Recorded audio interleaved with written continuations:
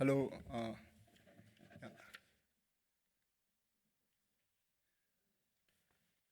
Please.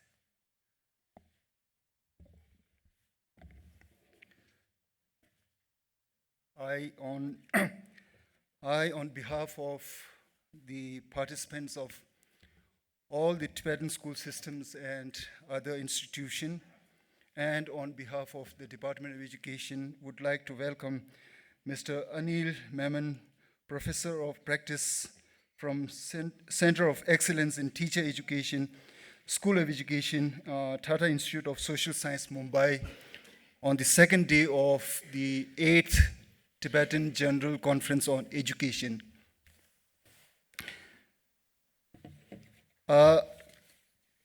Today is the second day of the conference. To start with, we have a talk from Mr. Anil Mammen on the topic Enhancing ICT Integration in School Education, Practices, Challenges, and Solutions for Effective Teaching and Learning Process in the Classroom. To begin with, I would like to introduce you a brief background of Mr. Anil Mammen. Mr. Anil Ji is the Professor of Practice at the Center of Excellence in Teacher Education at the Tata Institute of Social Science. Anil Ji was previously a member of the Board of Studies at the Center.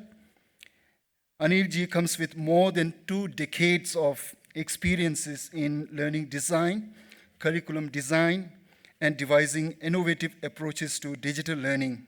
He has served as Chief of Learning Design and Social Impact at the Tata Class Edge and Vice President of Learning Design at Tata Interactive System. While at Tata Class Edge, Anil Ji developed a proprietary learning design framework for the organization called Multiple Learning Experiences Model. Anil Ji has also published articles on education and edtech in the Hindu, Financial Express, Huffington Post, Scroll, The Print, Education World, and Deccan Herald. He is a regular contributor on LinkedIn on topics related to education. Anil Ji has been speaker at various events and institutes, including the Tata Social Enterprises Challenge, a joint initiative with IIM Kolkata, the National Seminar on Quality Education, Bangalore, IIT Delhi, the Department of Scientific and Industrial Research, New Delhi. I also would like to thank Anil Ji for accepting our invitation, because within a short period of time, we had to request Tata Institute of Social Science through Padma Ji and Amina Ji, and Anil Ji has readily accepted our invitation in just a week's time. And he has come here from a long distance from Mumbai. He traveled yesterday throughout the day because of the delay in the flight. So thank you so much, Anil Ji, for coming here. So without wasting much of our precious time, I would like to request Anil Ji to start his presentation. That will be followed by question and answer session. Seta chunju chilarwa de khardusla baina thanda ngozu sogang digi wo dela ngozu motor jaksa ji yore dinang lo la yang gergi motor thanda HP 39 che 9091 lej dus sha che mige wol kangich thigil sare and this sugi baina kushi ma tik lolo chi pe che mige shasa shemba ji pa ke gu yosere odi chi nangro chi shuen kisi dinang yo baina. So the stage is all yours, Anil Ji, for next 1.5 hours. Sure. Please. Thank you.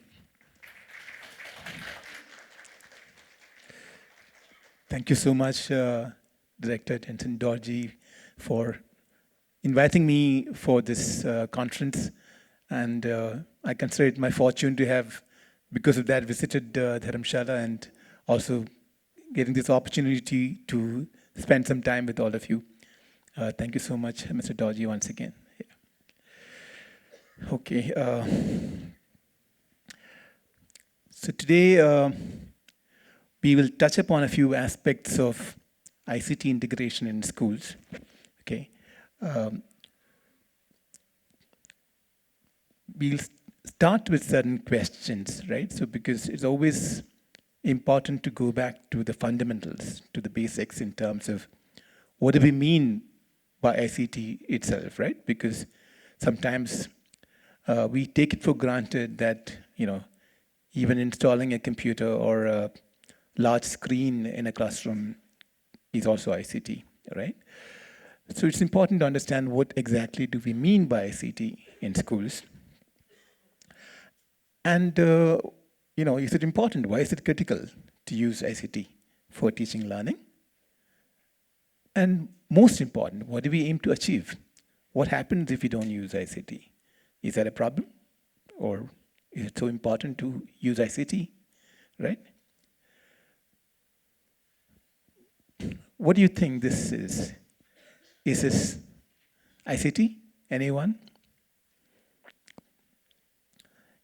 We don't have to wait for the questions at the end of my session. You can interrupt me and ask also. Does anyone think this is ICT? How many of you think this is ICT? Can raise your hands. Okay. How many of you think that this is not exactly ICT? Okay. At least a few think that this is not exactly ICT, right? So this is also ICT, okay? But needn't necessarily be a very effective way of using ICT. What is happening here? What are you seeing on the screen? What you're seeing is, a teacher standing next to a smart board, and students sitting like in a traditional classroom, right? There's not much. Is there much difference between, the chalk and talk method versus this?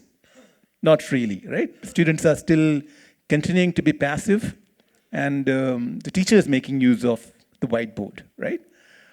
So one way you look at it, it may not be the most effective way to use ICT. I'm not saying the smart board by itself is ineffective, but this picture depicts a certain way of teaching, which is very, very close to the old chalk and talk method of teaching, right?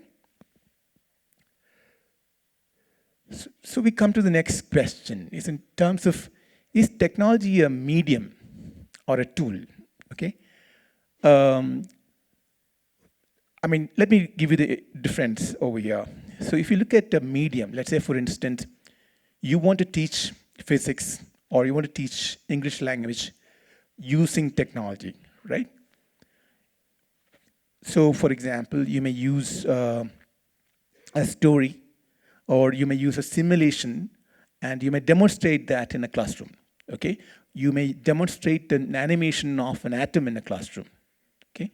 And show protons and electrons and so on. There, what you're using is you're using the medium of technology. Maybe you're using a smart board, maybe you're using a laptop, could be a mobile phone, doesn't really matter. Your intention is to explain the concept of atom to the students using technology. So in which case, technology is a medium through which you want to achieve something. Yeah. So when it comes to medium, like classroom is also a medium. Technology is a medium. Technology can be a medium within the classroom, which is also a medium, right? Today we are all sitting over here. This is also a medium in the sense like you all sitting inside a hall and listening to me, and maybe after that we'll have an interaction. So that's also a medium of learning, right? But in a large gathering like this, the interaction is on the lower side. What do we need for learning to happen? We need more interaction. Why is it important to interact? Because when you interact, you're thinking about the content or the topic in question, right? So when it comes to medium, what really matters is not just the medium. It's also the methodology or the method that you're using to teach. So that doesn't really matter whether you're using technology or not using technology, okay? Because pedagogy matters more than the medium in many instances, especially when it comes to learning about things in a school, right? Like the different subjects that you have in school. So if the intention of teaching English is to enable better speaking skills, listening skills, and writing skills, then the focus is on what children are going to do to improve their reading, writing, listening skills, right? So students will need to do something. How they do something could be different ways, okay? And one needn't be necessarily superior to the other one. So then what's a tool? Imagine now, so we talked about technology as a medium, whereas technology is doing the job to get you to achieve a certain learning outcome or a learning objective. Now think of it as a tool. If the tool, what happens? What is the impression of a tool in your mind? You look at a tool like hammer, for example. When you have a hammer in your hand, that's going to be used to hit something, right? So there's a certain purpose the tool itself brings to the table, right? So for example, think of a student sitting and doing a science simulation, okay? He or she is doing an experiment using a simulation. Now what you can do with the tool is to solve a particular science problem, okay? So the student uses the tool to solve a particular science problem. Maybe the tool also provides certain kind of background information in terms of how you could go about solving the problem, okay? So the student interacts with that tool, and through the different aspects of the tool, the student tries to explore and figure out how to solve the particular science problem. Okay, it could be an equation. It could be about how to find ecological balance, and any of those different kinds of problems. Okay, it could even be something related to social sciences. Yeah, so you can use a tool for a problem-solving exercise, right? You can use a medium to teach. It can also be a medium to learn. For example, we consume news through newspapers. Newspaper is a medium. We consume news through our multiple mobile news apps. It's a medium. We're not necessarily doing much with it except consuming something through the medium, right? This is broad definitions, okay? This definition can be contested, but I just wanted you to think in two different ways. It is not just about the medium and the tool. It's about thinking in two different ways about technology. One is you see technology as a way for you to deliver and consume, which is where I use the term medium, where you're using it primarily for delivering something or to consume something. Like news is something that you consume. Like teaching a language lesson by showing an animation is a way of delivering information or delivering learning using medium. Tool, on the other hand, denotes certain kind of action and interaction, a kind of problem solving, something that you can manipulate, something that you can do with it. And through doing, you learn. Okay? So that's the main idea when it comes to that. So there are three key terms I would like you to keep in mind when it comes to technology. Okay? One is relevance, and I don't need to reinforce that concept. Relevance is something, because if a particular method of teaching, or if a particular technology, or if a particular whether it's an animation, video, or a simulation or game, if that is not relevant to what you are teaching there, then technology is redundant. Okay?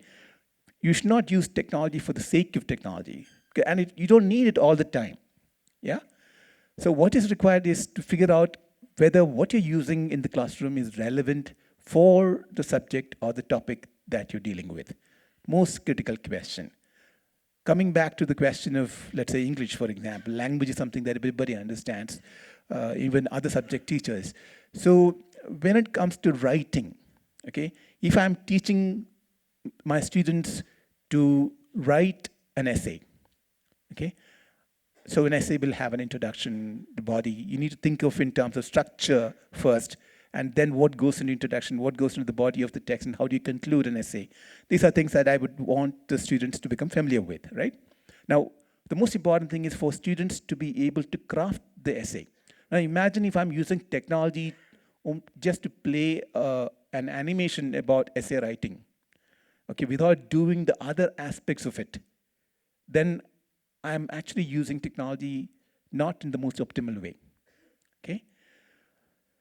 On the other hand, imagine if there is a particular tool, like in a computer, let's imagine you have a computer lab, and you can have about 20 students be in a computer lab at one time. Now you provide this environment and there's an essay writing tool, for example, okay? It gives the student prompts.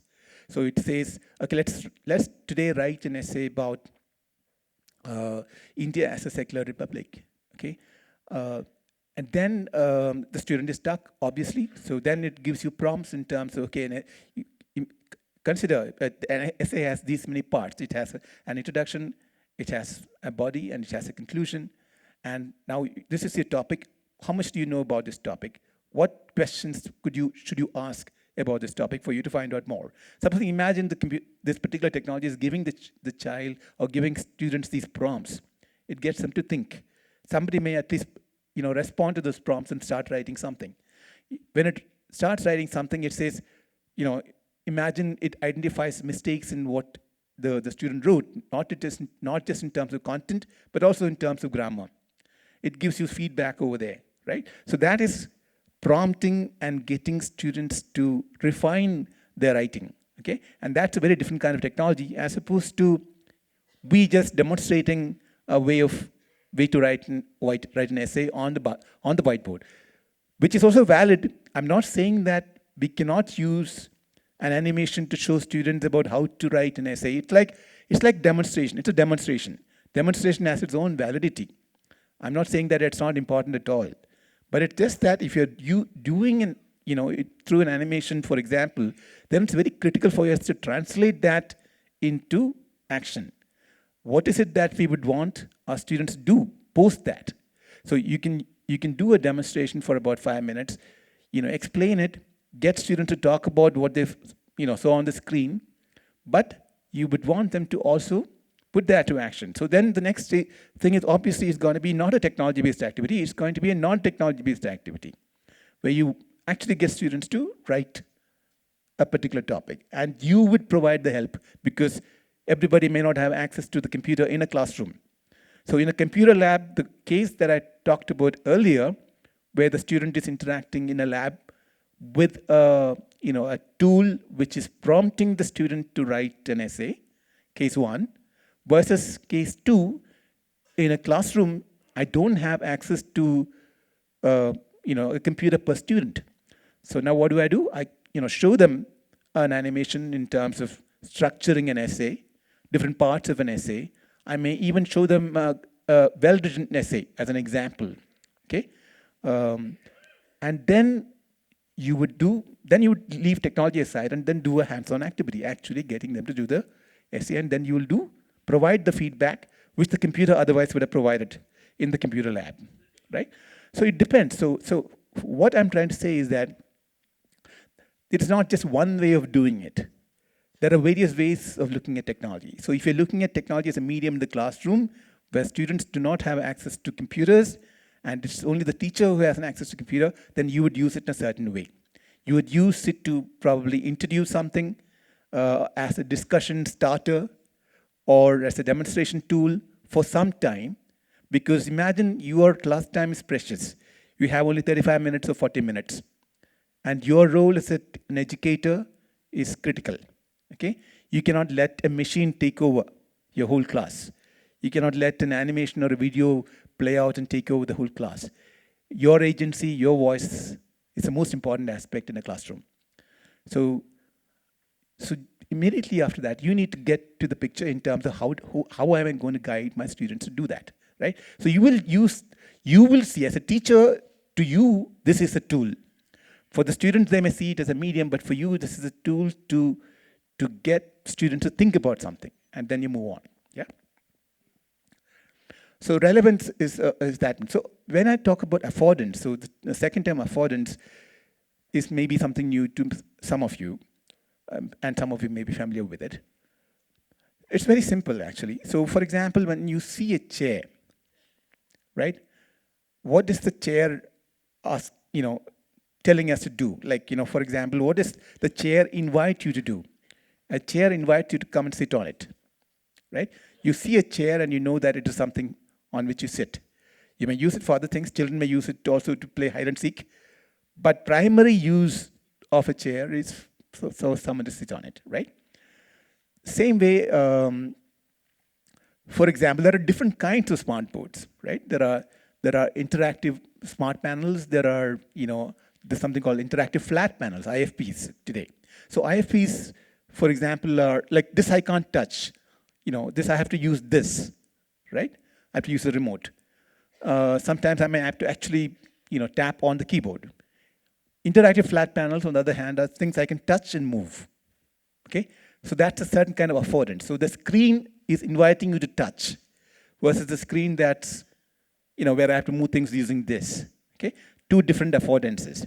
So if it's a touch affordance, there are certain kinds of interactivity that you can do. Like, for example, if there was a diagram over here on the screen, okay, and I want to draw the diagram, okay, if I have a pen and if the screen responses to either touch or a pen, it's easier for the teacher to draw something on the screen.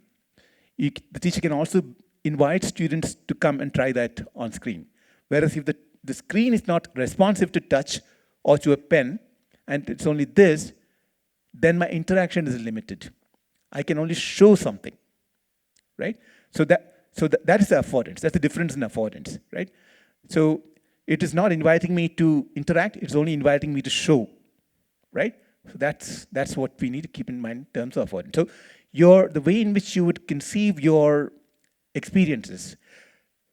So one thing that we need to understand when it comes to ICT or any of the things with relation to education and learning and teaching is that at the end of the day, what we're trying to do is to create learning experiences for our students, okay? Create or design learning experiences for our students. Design our learning experience in such a way that what we design is effective for the learning objective that we want them to master, for the learning outcome that we want them to master, okay? So what is design? When it comes to teaching and learning, what is design? Design is simply what we think would work, okay? And it can't be something that what we think, right? It can't be based on our intuition, or it can't be just based on our common sense. So we will look for what has really worked in the world of learning, okay? So there is this whole science called the science of learning today, which is fairly popular. So it talks, what does the science of learning talk about? There is science of learning and learning sciences. Learning sciences is the broader range of things which talks about the various ways in which teaching learning can be perceived and understood and studied.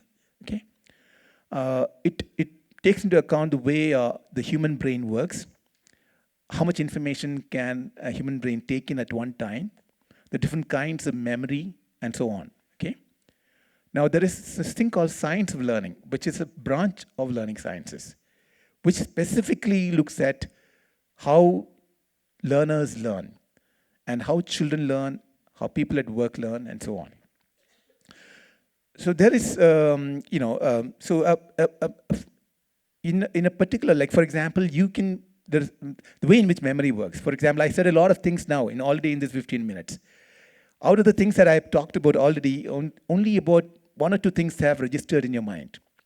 Whatever you have paid attention to, things have registered in your mind. Maybe those are things that connected to you because you experienced it earlier. People who have experienced the things that I talked about now earlier could connect with it easier and more effectively than those who necessarily have not experienced what I'm talking about. So that is an aspect of science of learning, okay?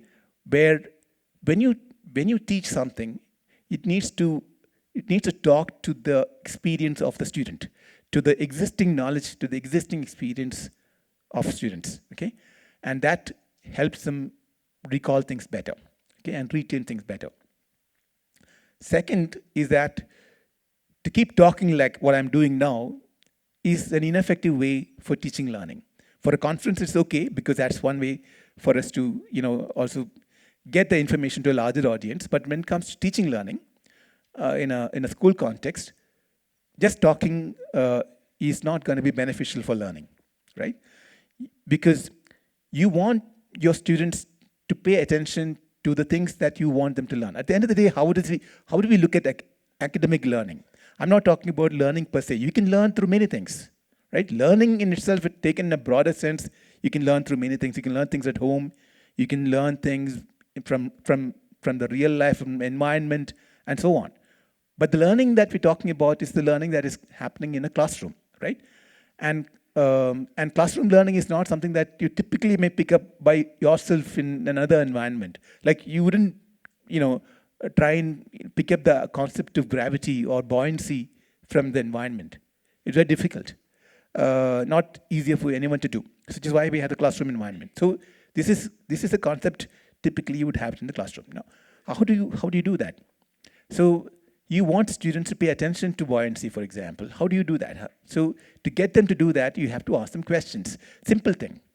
The most important thing is to keep asking them questions as and when you're talking, right?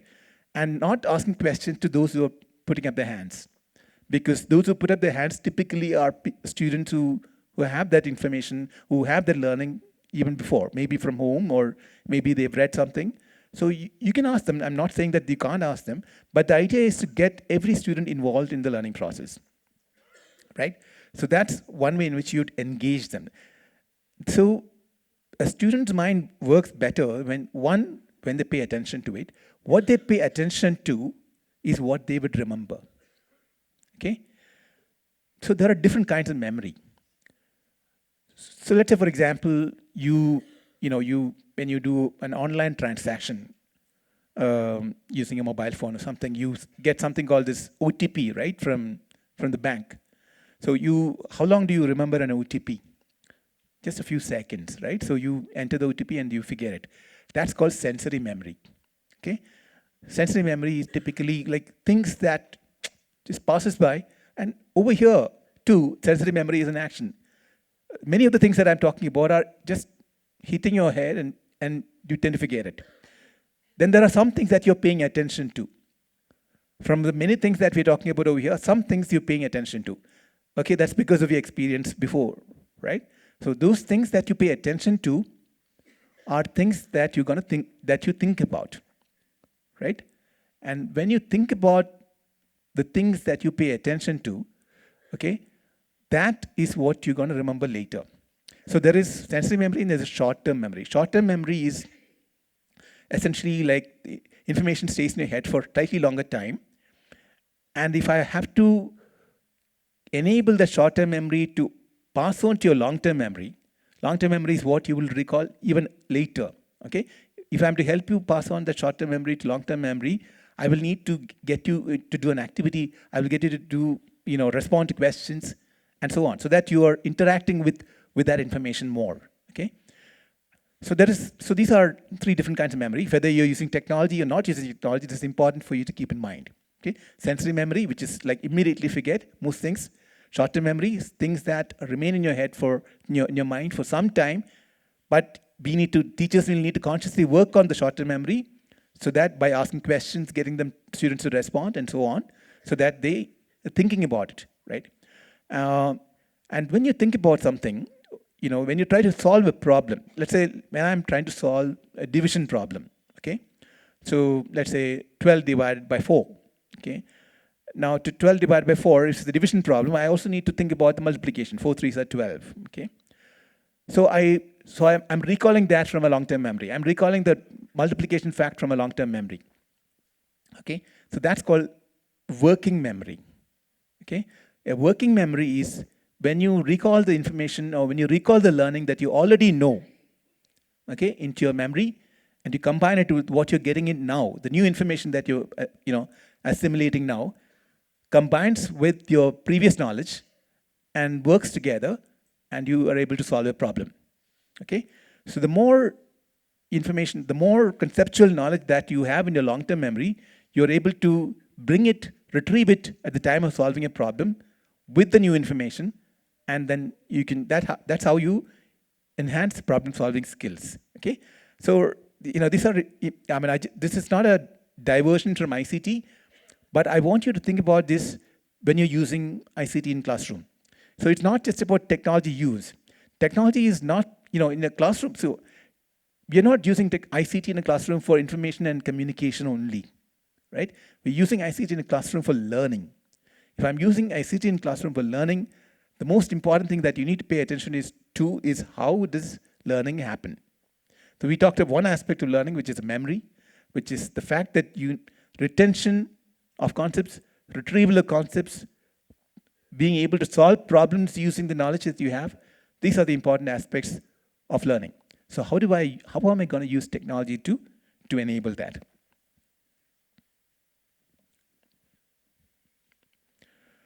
So today I'm going to introduce you to two frameworks. The first one is TPAC. I'm not going to get into too much of detail of that. You can read upon TPAC later too. It is a framework created by Dr. Punya Mishra of Arizona State University and a few other researchers along with him. This is a very critical framework for understanding how to use ICT in classrooms. Okay? T stands for technology, P for pedagogy, technological, pedagogical, content knowledge. Okay? PAC is used as for you to remember things better. Okay, so this comes from a model called PCK, which is pedagogical content knowledge, that was created earlier by Professor Lee Schulman in the US. So Lee Schulman's point was that teachers need fundamentally three kinds of knowledges. Three kinds of knowledges. One is your pedagogical knowledge. What is pedagogical knowledge? Pedagogical knowledge is, how do I get students to engage with what I'm teaching? Okay.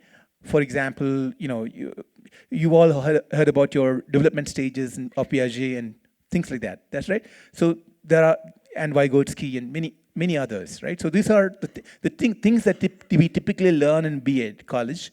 We learn a lot of pedagogy, right? Pedagogy is, how do I teach? What are the generic ways in which I can get students to think about what I'm teaching? Okay. Activity-based teaching, inquiry-based learning, problem-based learning, explicit instruction, direct instruction, and so on. So these are all methodologies. That is my pedagogical knowledge. Now, what is my content knowledge? Content knowledge is my expertise. So I'm teaching physics. What is my expertise in physics? How much do I know? How much am I continuing to learn in my field? Okay. So my knowledge of the field that I'm teaching. As a teacher, as an educator, we're supposed to keep ourselves abreast with even the content that we're teaching. Then you look at the specific content that I'm teaching for my classes, my class 7, class 8, or whatever, the curriculum that I'm dealing with, my curricular knowledge from a content point of view. Okay, so if I'm to teach, the structure of an atom, what should be the things that I should be able to present to my students? Because what is the background knowledge of my students when it comes to structure of atom? What is the kind of analogy that I can use for structure of atom? Is there any specific analogy? When I talked about affordance of computers, or when I talked about affordance of knowledge, affordance of ICT, I used an analogy. What is the analogy that I used? I used the analogy of a chair. Okay, right? Chair invites you to come and sit. The same way you can look at a board and see what is the affordance, right? So that's an analogy that I use. So how do I use an analogy to explain the particular concept that I'm teaching, right? And what's a great way, if you are finding it difficult to use good analogy, what's a great way to find out good analogies today? You can go to ChatGPT, or you can use any of this, current AI tools and go there and type in and say, give me 4 or 5 examples, 4 or 5 analogies that I can use to teach this concept XYZ in class XYZ in a school in Dharamsala. Okay? You can give it even further information, saying that this is the kind of background of my students. I'm teaching in a particular school, in a school in Dharamsala, in class 7 or class 8. I'm teaching physics. And this is the background information. This is the background knowledge information of my students. You can give a profile of your students. Okay? Now help me come up with excellent analogies that my students can relate to. It'll give you ideas. So you can use AI not to give you output. You can use AI as a brainstorming tool. Consider AI a co-educator. I mean, somebody, just like you, could be also an educator, and somebody who could be your assistant in helping you with classroom planning. Okay, you don't have to take everything that the AI gives out. You can keep refining your questions and so on, but you would need to pull that information from it, and you can reject lots of it, but it'll give you certain ideas. You don't have to accept it, but it'll orient you towards thinking of your concept or your content in a different way. Okay, so that is how you can use AI for your content knowledge too. I'm not saying that you use AI to enhance your knowledge, but you can use AI to help you think in different ways. You use it as a brainstorming tool. So that's the content knowledge part of it. Then there's something called the pedagogical content knowledge. Now we talked about pedagogy in terms of problem-based learning and direct instruction and so on, the different methods of teaching, right? Now when it comes to pedagogical content knowledge, that means that if I'm teaching math, I use a certain kind of pedagogy. I may use worked examples.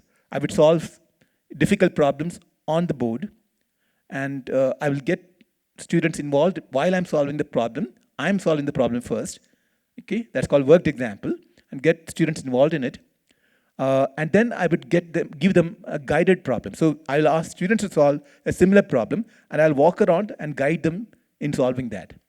Then third, I will withdraw my guidance and get them to do independent problem solving. That is math pedagogy, right?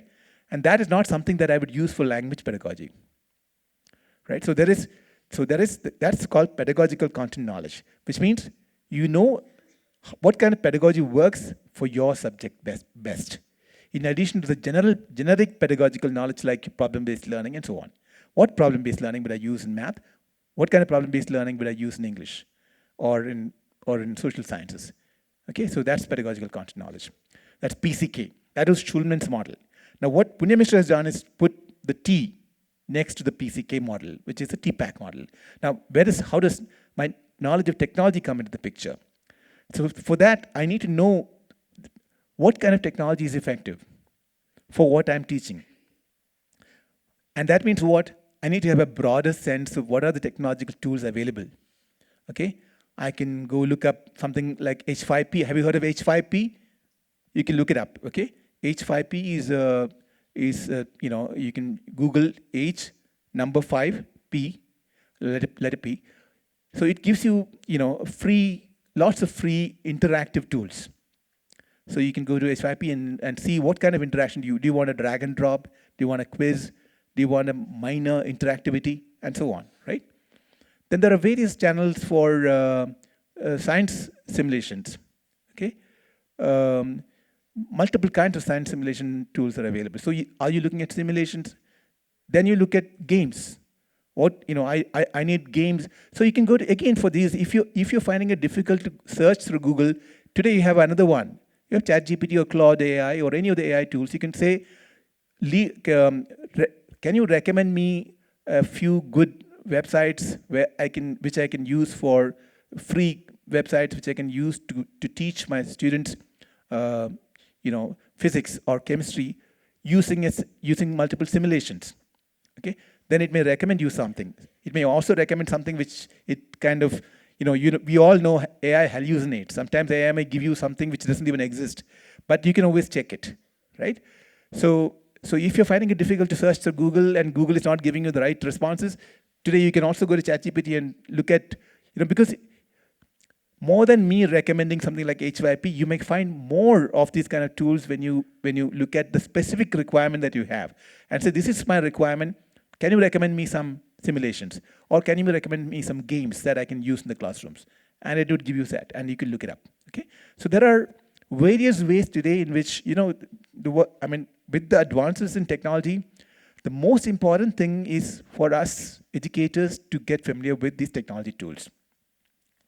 More than we, getting students to interact with technology, we should first, become familiar with and provisioned in the use of technology. That's our technological knowledge will need to go up. In the TPAC world, first thing is technological knowledge, right? So, of course, PCK is something that I expect most educators to have already in place, but it's something that we keep working on. PCK is pedagogical content knowledge, right?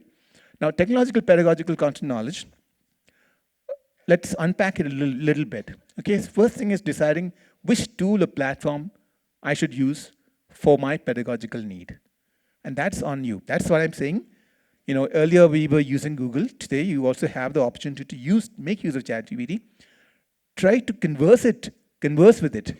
You can, if you download the ChatGPT app on your phone, it also has, it's also voice enabled. You can even chat with it. Okay, it understands Hindi and English both today. You can even chat with it in Hindi if for those who are familiar with Hindi.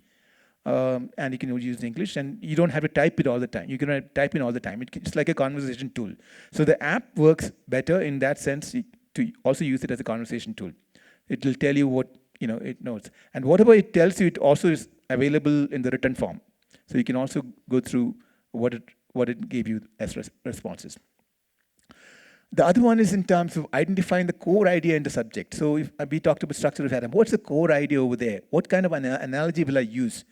And what do I want my students to think about? So the most important thing is, more than our wanting to teach something that we know, the question that we should be asking is, what do I want my students to do? What do I want my students to think about in this particular thing? Be very, very clear about that. If it's only 1 or 2 points, write it down before you go to the class and say, today, this is exactly what I want my students to think about. Or this is what I want my students to do today in the class. Okay? Now, once you have clarity on that, the technology automatically falls in place. Because then you will know which technology to use and how I would use it in the classroom. The other one is in terms of engaging students effectively. Okay? So sometimes when you use an interactivity in the classroom, let's say I'm using a game, using my smartboard. Okay, there's this game that is playing, and I'm calling out 3 or 4 students to come to the board and play that game. Now the 3 or 4, so now this is out of a class of 30 students. The 4 students come to the board, play the game, they're engaged, and they do it. And I say, as a teacher, I may say, there's been an activity. There's been some buzz in the classroom. I got students to come to the board and actually do an activity, right? Now, what happens to the other 26 students? Are they engaged equally? I'm not sure. Maybe a few of them are.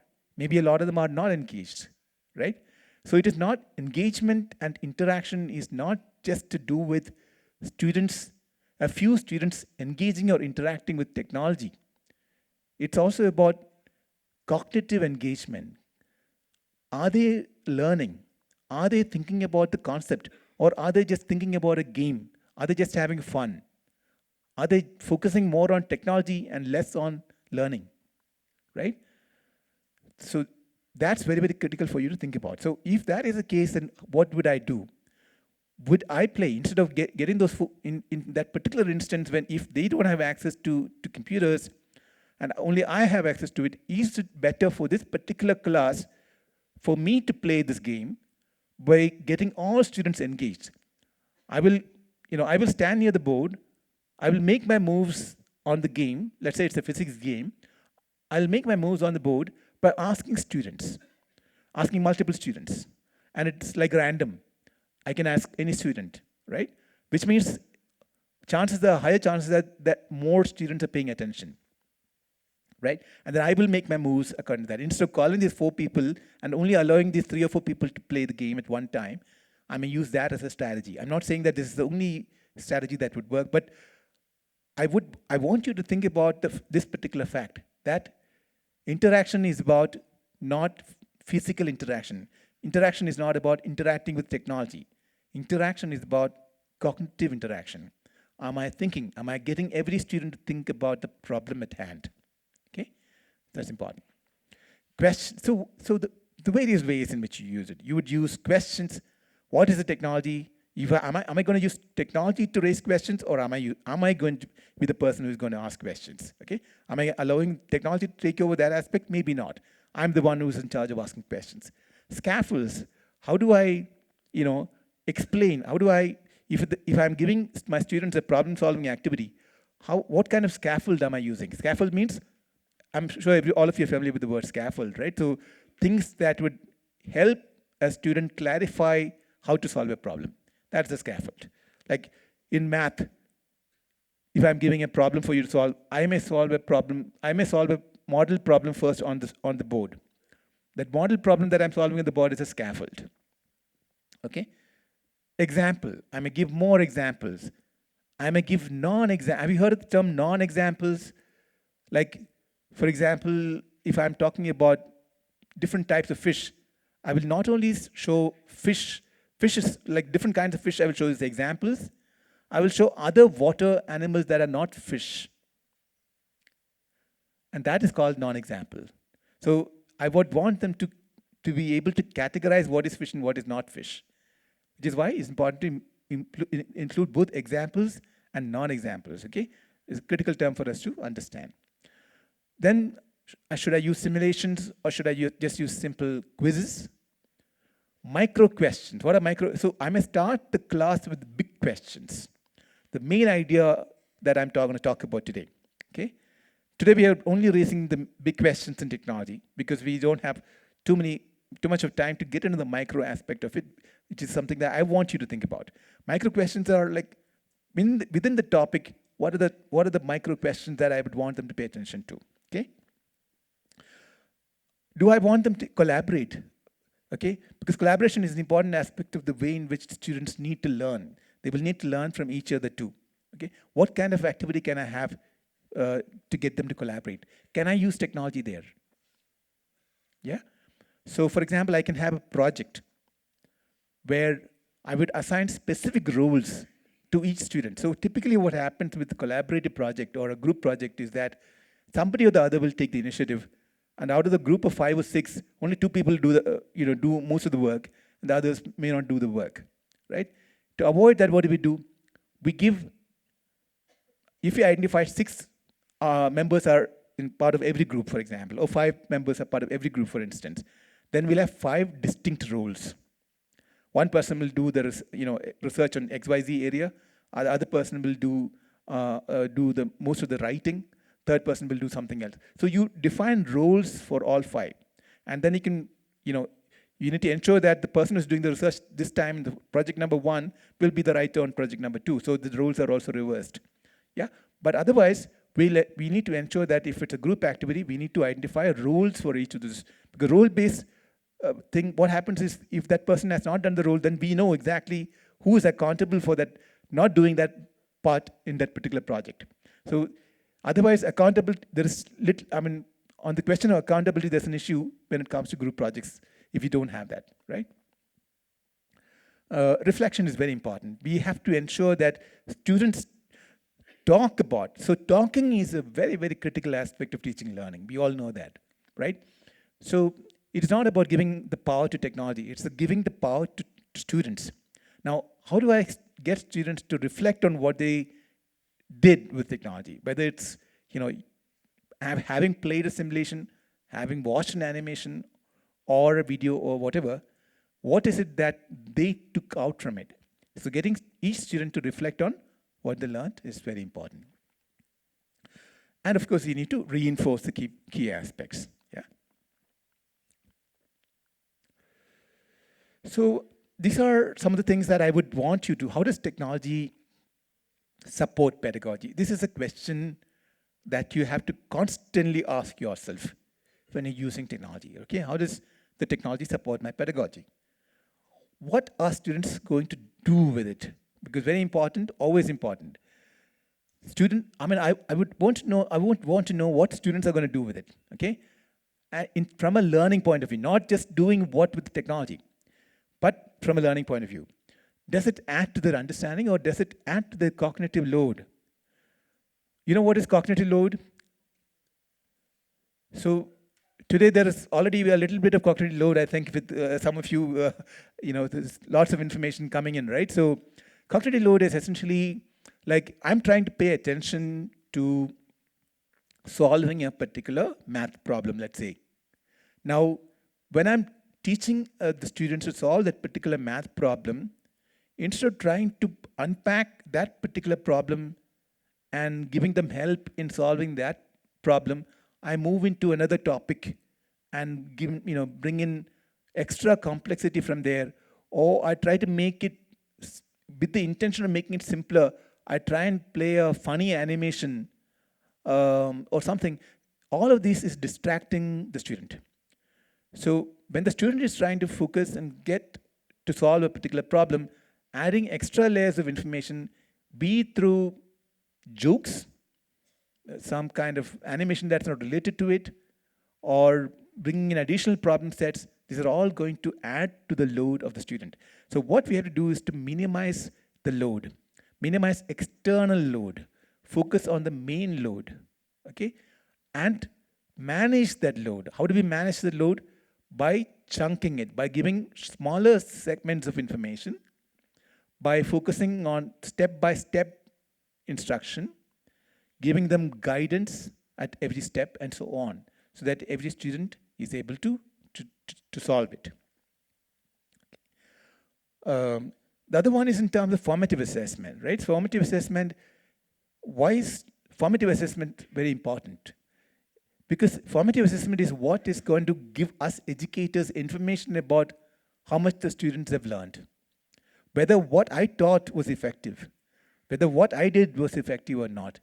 Formative assessment is not to test students. Formative assessment is to see if I have been effective as an educator, right? Does my teaching, the way in which I taught a particular thing, how many students have really understood it? So that's what you use formative assessment for. Simple thing, formative assessment, quizzing is one of the simplest low-hanging fruit when it comes to formative assessment, okay? You do that, don't hesitate. Just because it's a very simple format, don't hesitate to make use of quizzes, even using technology. Technology, all the better, because all students can see a quiz happening and immediate feedback. I can use, for example, you can use H5P to create quizzes, and you'll see that it's very easy to create quizzes using H5P. You can create your own questions. You don't have to look at other question bank and see whether what you taught is getting reflected with the maximum number of students are able to do it. Of course, there are technological interventions like clickers, like some schools may make use of clickers for every student, so you actually get the real data in terms of how many students have actually got the, out of 10 questions that I asked, whether every student got, how many students got 7 out of 10 or 8 out of 10, how many students got 10 out of 10, how many students got less than 5. I get the data immediately, okay? But it's okay even if you don't have clickers, okay? Because clickers will give you maybe accurate data. But even just lifting your hands, for example, showing of hands, for example, with a quiz on board, it gives me a rough idea in terms of how many have actually got it, okay? So there are various ways, because as educators, we know our students better than technology does. So we don't have to worry about getting very, very precise and accurate data, yeah? And that will, if something is not working, so why I'm saying formative assessment is a feedback for teachers, is that if we feel that our students have not really got it, if 60-70% of the students have not really got what I'm teaching, then I need to change the way I teach. I need to make things simpler. I need to, give more examples, more guidance for my teachers, for my students. That's the information for us, yeah? The other framework that I would want you to, so we talked about TPAC, Technological Pedagogical Content Knowledge, Punya Mishra and others. The PICRAT model was developed at Brigham University, Young University, in 2020 by Roy Skimmons and Charles Graham and West. It's intended as a tool for reflection. Okay, it's not a prescriptive model, it's a reflective model. So I'll come to the framework in the next screen, but this is just the terms. I'm just explaining the terms here. PIC stands for, this is about how students interact with technology.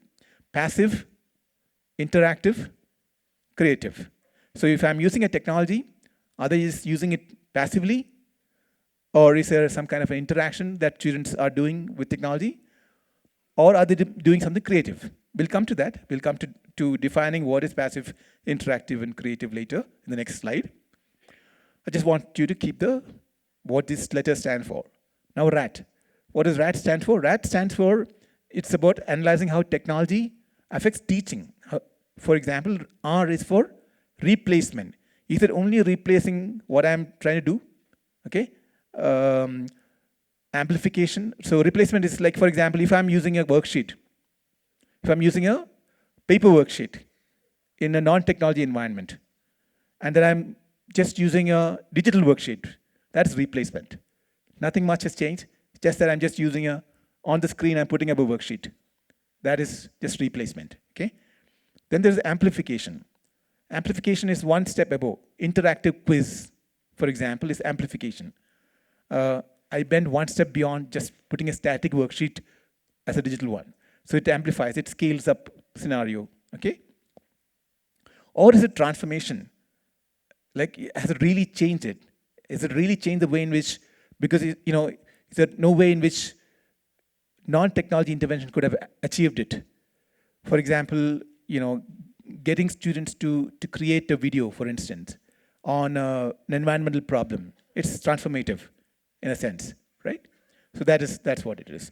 So pick RAT. So pick is essentially about how students interact with technology, which is passive, interactive, and creative. And RAT is to do with how technology affects teaching, which is replacement. Is it only replacing what I'm doing traditionally? Is it amplifying what I'm doing traditionally? Is it really transforming what I'm doing conventionally? Yeah. So this gives you a sense of it. Okay.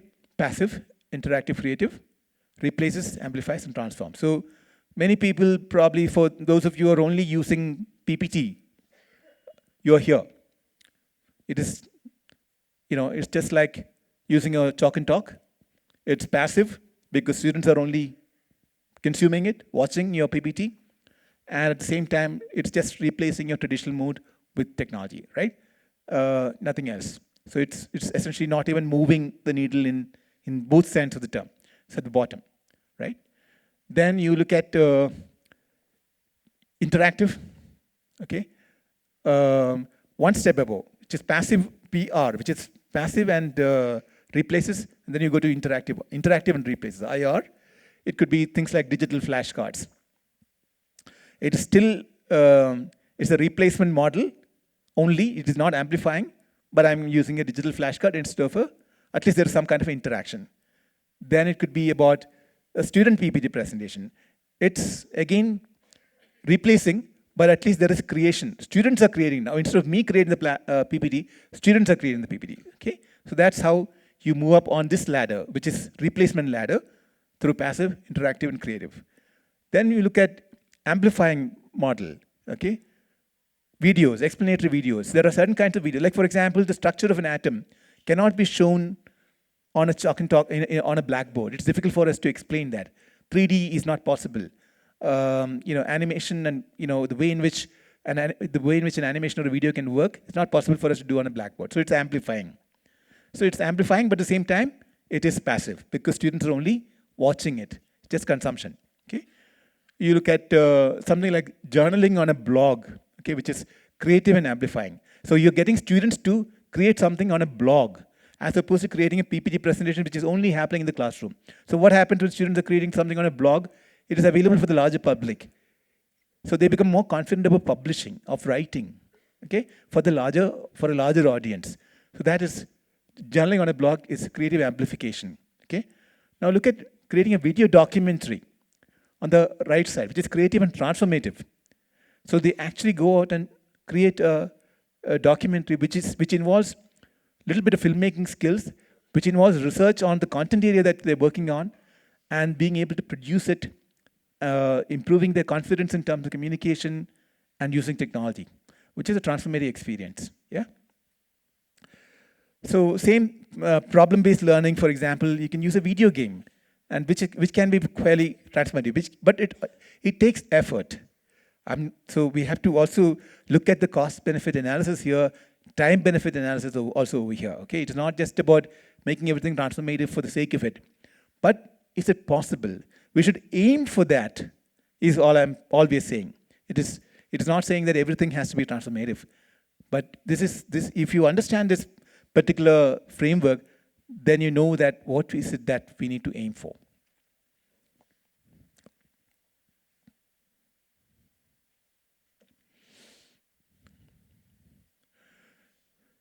Of course, institutional priorities really matter.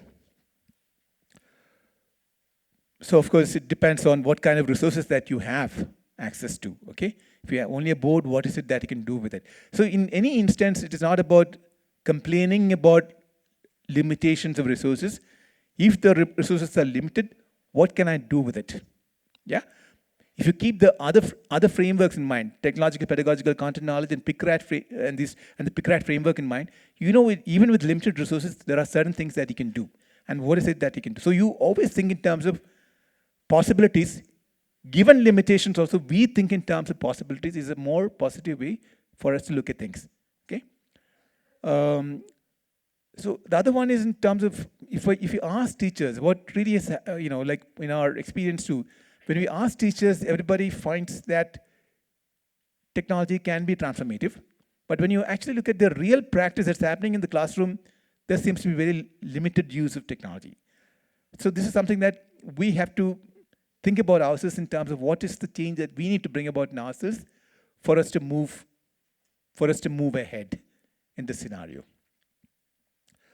The other one is in terms of, there are contextual barriers. Of course, there is time constraint, syllabus completion, all of these things.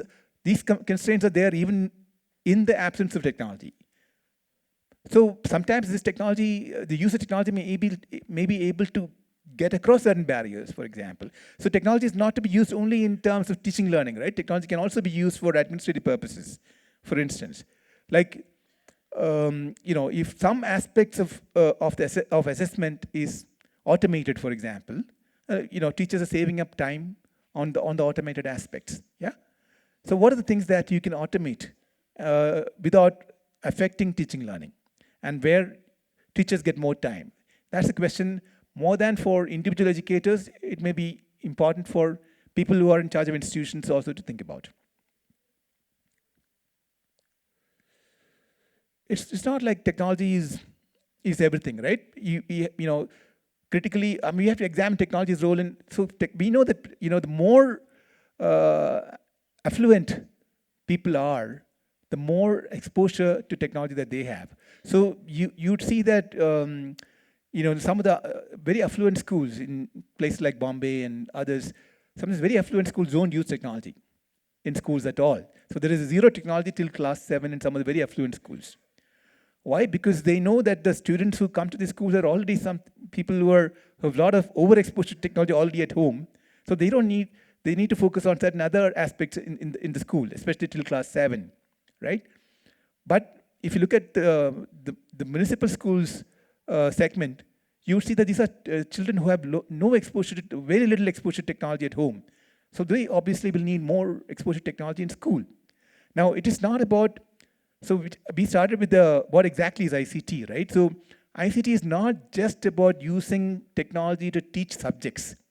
ICT is also about students and teachers getting familiar with technology, exploring technology, using technology, becoming confident in using technology to learn, using technology to do, right? So that is a broader definition of ICT. For example, in Kerala, and schools in Kerala, for instance, many of the government schools use technology there, and the idea is for students to use technology to create things. So for example, in every school where the technology is used, the students are expected to create a wiki page of their school. So it's called the School Wiki Project. You can look it up on Google. So it's a Kerala project, School Wiki Project, and where the students are actually creating wiki pages on their school. So where the school is located, how many students are there, what are the different activities they do. So they actually create a wiki page about their school. So students actually do the research. It's not even to do with teaching learning the regular subjects like science and social studies and English or other languages. It's about totally completely different, but at the same time it's also learning, right? So what are the things that you can do with technology? Yeah. And even teachers being able to create animations. So teachers are given some training on how to create animations.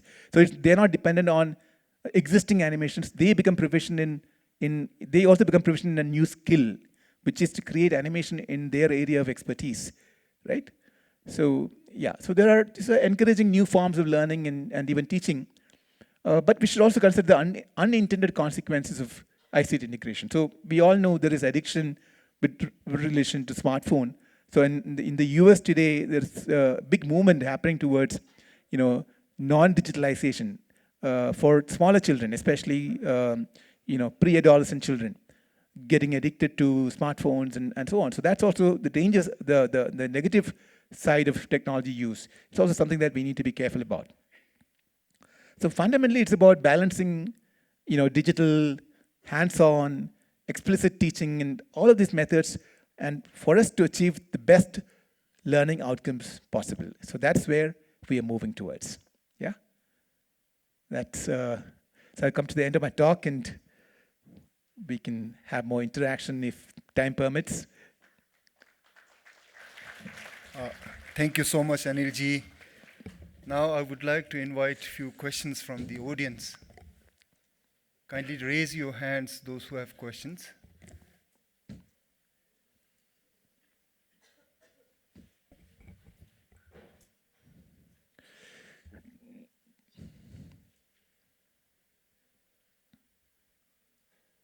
As requested earlier, please just ask the question.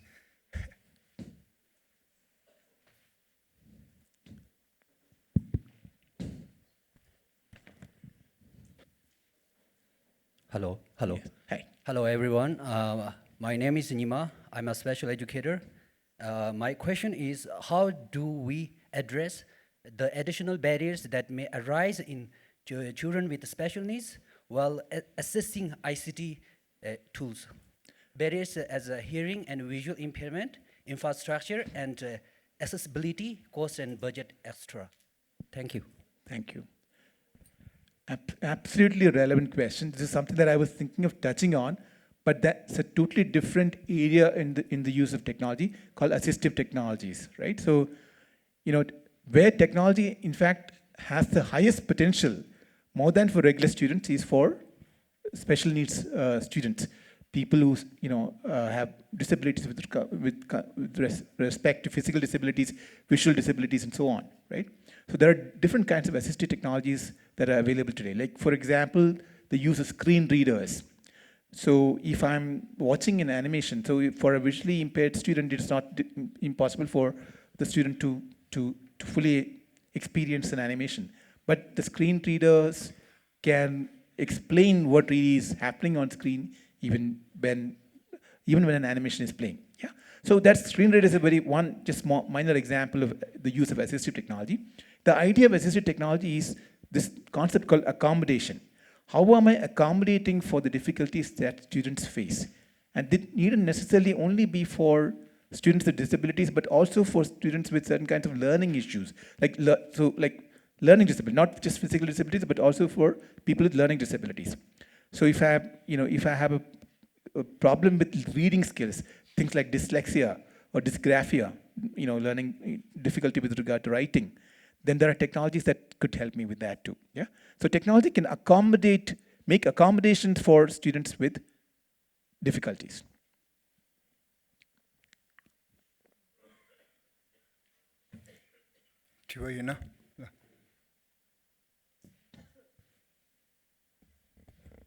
We still have time, so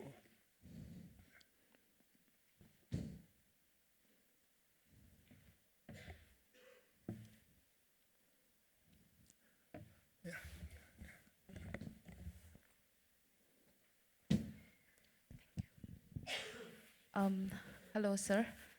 My question is, many of us as a teacher, as an administrator, and even as a school leader, we often misunderstand the concept of ICT in education with that of the digital literacy. Right. So could you address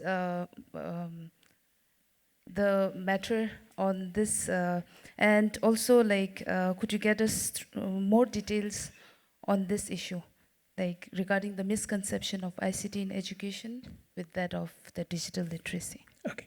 I wouldn't call it a misconception. These are two different, I mean, I also touched on it. So these are two different sides to the way in which we would look at ICT. One is, as I said, ICT to enable teaching learning experiences in classroom, which also includes assistive technology, the point that he raised. The other one is in terms of getting students to become familiar with technology, getting teachers to become familiar with the use of technology without really bothering about whether it is helping you teach and learn the subjects that we want to learn. I talked about School Wiki project, which is not digital literacy, which is an aspect of digital literacy at a higher level, right? It is not to do with teaching learning. So for you to get to creating a wiki page, you need to have your basic digital literacy in place for you to get there. So it's important for us to have basic digital literacy in place before we even move into the question of ICT or into creation.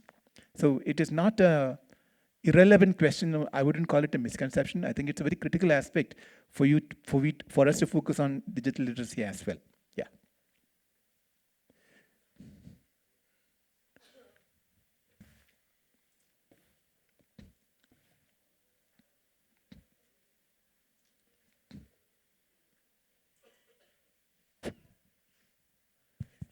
Hello. I have a quick question. Sure. It's more about AI in enhancing teaching and learning. What are the cautions that schools need to exercise at this point of view, the gray areas, and then using AI too much to the point that they don't do their original work by the students? Right. Thank you so much. Yeah, difficult to make any objective statements around it at the moment, at least. But this is my opinion, so you have to take it with a pinch of salt. I would say that in the school teaching learning space, I'm not very sure students should be using AI for our assignments. Okay, because let's say when we're teaching students to write an essay, okay, it could be social sciences, it could be English or languages. When we are teaching them to write, picking writing, being able to write is a skill, right, that they need to develop. So if they're going to fall back on crutches like AI, for example, which will produce maybe a better output than what they can, and they're not going to be able to sharpen their skill. So it is actually going to work against their ability to acquire the skills that they need at this stage in life, right? It is a different thing that you use it as a professional. That's very different. But I would say, as far as students are concerned, there should be very minimal use of AI at this stage. In school, in colleges, there are different aspects, but at least in school, I think students, the farther they stay away from AI for doing the school assignments, the better it is. But for teachers, it's very, very critical. We need to become familiar with the use of AI. For one, that will help us identify if students are using AI for their work. Two, it would help you, as I said, you can use it as a brainstorming tool. You can discuss with AI in terms of the kind of, as I said, examples, analogies, case studies, and methodologies that we can use in the classroom. And you don't have to accept everything that it says, but use it as somebody with whom you can share ideas and get ideas from. Yeah. So I think it's important for teachers to become very, very familiar with AI tools, but for students, I would say no. Yeah.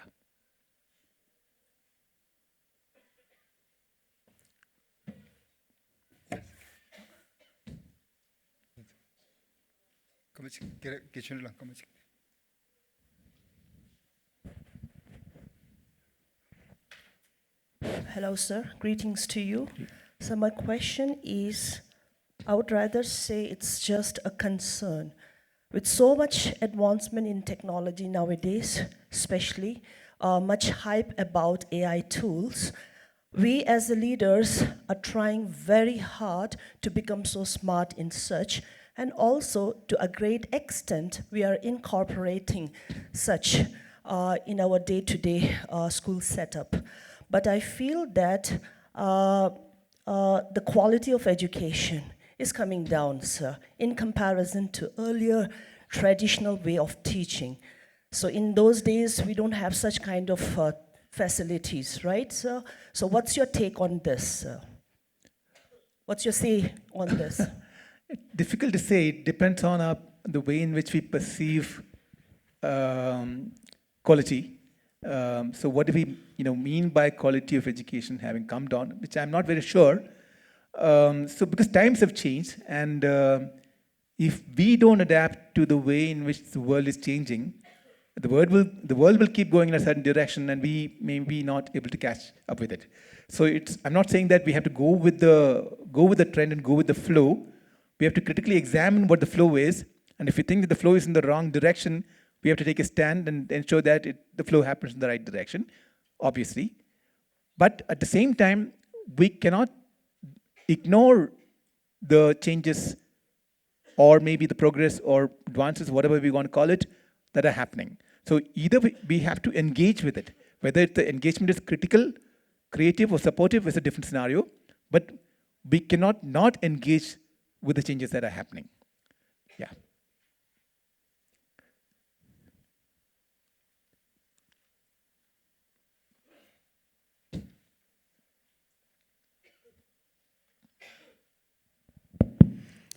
Hello, good morning, sir.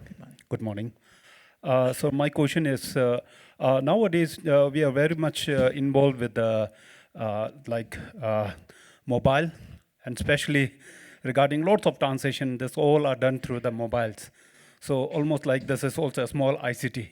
Right. So in case of that, so we are very much cautious about the digital scams are coming up nowadays. So how we should protect from this, and what things we need to be very much care on these digital scams. Absolutely. Thank you so much. Thank you. Thank you for raising this, very important. And your point actually relates to what ma'am talked about, digital literacy, asked about digital literacy. These are all aspects of digital literacy, okay? Both for educators as well as for students and children, okay? So if you are not digitally literate, we can be scammed easily, right? So for one, I think it's important that all educators need to be very, very digitally literate in terms of, what is what's a scam, how does it happen, how does fake news happen. So the whole world of looking at technology through a critical lens and identifying what are the negative effects that can happen through the use of technology, in addition to a lot of the advancements that it has made, it's very important for us to also communicate to students. Today, and sometimes I think some of the students are smarter when it comes to identifying scams more than their parents in some cases, because their exposure to technology is probably higher. So, but it's important for example, we have a tendency to believe anything that's printed. Which is why when different kinds of WhatsApp forwards come to us, we tend to believe that WhatsApp forward more than the news. So how do I verify if a forward that comes to me is true or not, right? It's a critical judgment. So that is critical thinking. More than much of the critical thinking that we talk about in classrooms, this kind of general critical thinking skills is something that we need to educate ourselves on and then pass on to students, yeah? So that we avoid getting scammed, getting duped, and so on. Yeah, one last question if you have. Yeah, we have two over there. Yeah.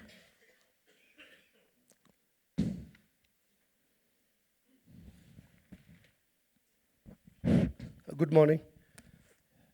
My question is here. Nowadays, we have lots of this social media, right? So YouTubes, and now students are so much exposed to screen time. And yesterday, we also talked about how to reduce the screen timing in schools and all those things.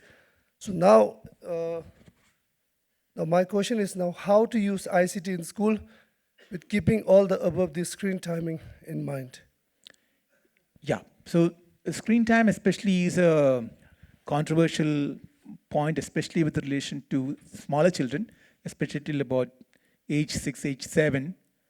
So because that's early stages of development, the better for them to do more hands-on activities and learning in a more experiential way than being exposed to screens.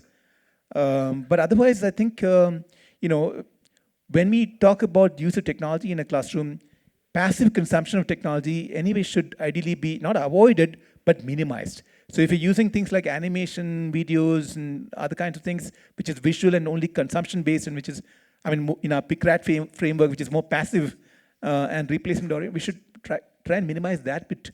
So we use technology for interaction. So interaction is not about just screen time. Interaction is cognitively engaging for students. Yeah, it is not the screen that you're bothered about. You're actually bothered about problem solving. Yeah, so two ways of looking at it.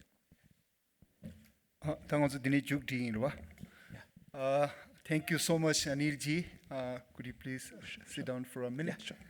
Yeah, sure. A huge round of applause for Anil ji, please, for his presentation and the question and answer session. Now, on behalf of the Department of Education and on behalf of the participants of the conference, I would like to invite Sonam Sichola, the president of Tibetan Children's Village, to offer a token of appreciation and ceremonial scarf to thank Mr. Anil ji. Please.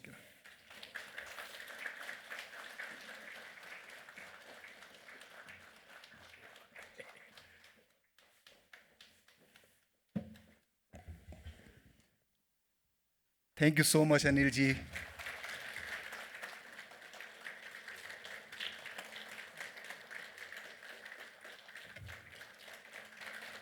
Thank you so much, Anil ji. Thank you.